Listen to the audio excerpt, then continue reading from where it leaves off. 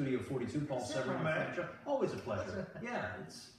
I told you there were 6 guys here, right? So we got us 2, we got 4 more over there, and the reason why is that Tim Flannery and that wacky mind of his, he's got something that he's cooked up and he needs all of our help. This is going to be excellent. What do you got? Well, I do a lot of thinking watching games late night, When you're sitting around figuring stuff out. That's how these guys come up with it. I might not have the computer and all the numbers, but I got like 13 guys in my head that we have a meeting every once in a while. And I want to talk a little bit about the shift.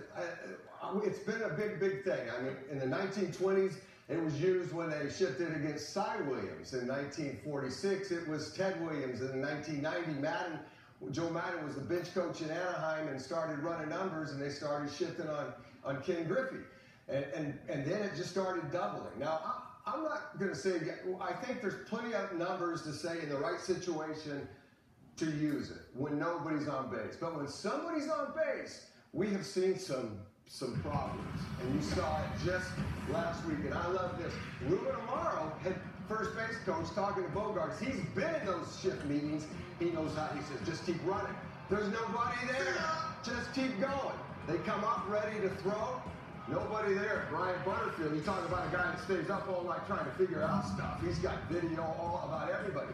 They put the third baseman over there. Now your third baseman is in a position where you're going to have to pivot. You might have to turn a double play, so you better have an athletic man there. You see, with a guy on, they're holding the runner on, and if it's not hit directly hard enough right at him for a double play, that's how you run right way. Look, the pitcher's saying, wait, whose fault is it? Oh, no, I remember we went over that in spring training. And now one of the best base runners I've ever been a part of and had an opportunity to coach is Brandon Crawford. He does not stop. Wallace comes up, nobody's at third base, he gets in scoring position.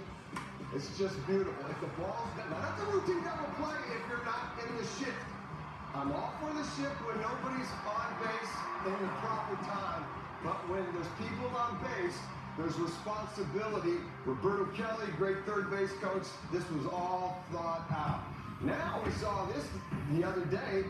Encarnacion decides he's at second base.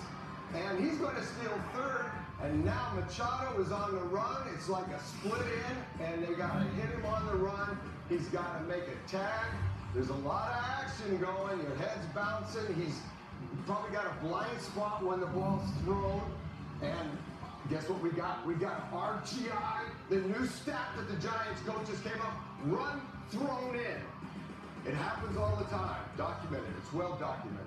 Also a very tough throw for the catcher, Flan, because now I've got to lead him like I'm a quarterback, and I've got that tight end running across the middle. He's got to lead Machado over to third base. It's a tough play. And it's coming all of a sudden, the runner's in the way, you lose that baseball for a little bit, and that's what looked like it happened. So, look, you guys do whatever you want. I know there's general managers and people that know what they're doing, but there's risk and reward, and I've seen it this week alone. When that happens, there's usually at the end of the inning, there's like a 3 or a 4 spot, a crooked number.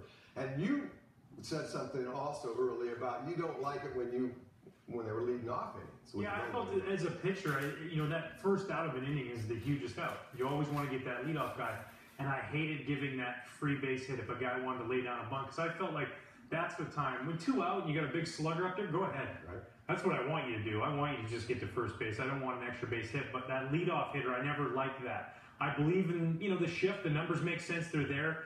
But I think a way to defend that shift, like you're talking about, is not just with the bat and be able to go the other way. It's to be able to use the bases, run the bases, take that extra base. Hey, 2 out, and they're shifting, and there's a runner on second. Steal third. Now a ground ball that gets bobbled and doesn't make an out. A pass ball, a wild pitch. Tons of different things can happen in order to score that run. I think there's a way to beat the shift from an offensive standpoint that isn't necessarily by swinging the bat. So, Flan, how do you help the pitcher here with third base open? Well, should we go ahead and get in position? Carlos is going to be holding a runner on. Now, again, this was with a runner on first base. He's going to be there. We're going to have our second baseman here. Paulie's going to be our third baseman who's going to come over here, though he's never turned a double play as a second baseman. And I'm going to be right here. This is how it's been. Now, if there's a ball, and we got a runner on first, look, you can play run and hit, you can play hit and run, you could put him in motion, and he can just keep going. There's nothing you can do. If it's a slow roller to the second baseman, and there's not a play here, you can just keep on going. So how can we defend it? First of all, you got to think about it, and you got to practice it. There's two ways. Dips, what would you do? On a ball hit that way, you got to go that way. I mean, so as soon as that ball's hit that way, I'm breaking this way to go cover that bag. Because if that first baseman comes off, I got to be there for the throw from him or from one of you guys in the infield. And then Flan, from my situation, as soon as I see Ryan take off there, I'm going to play it almost as if it's a bunt. When my third baseman comes in and it leaves the bag, the catcher needs to be here. So with you, if that runner's coming around and he looks up, he sees that there's somebody here. There's somebody taking care of this bag.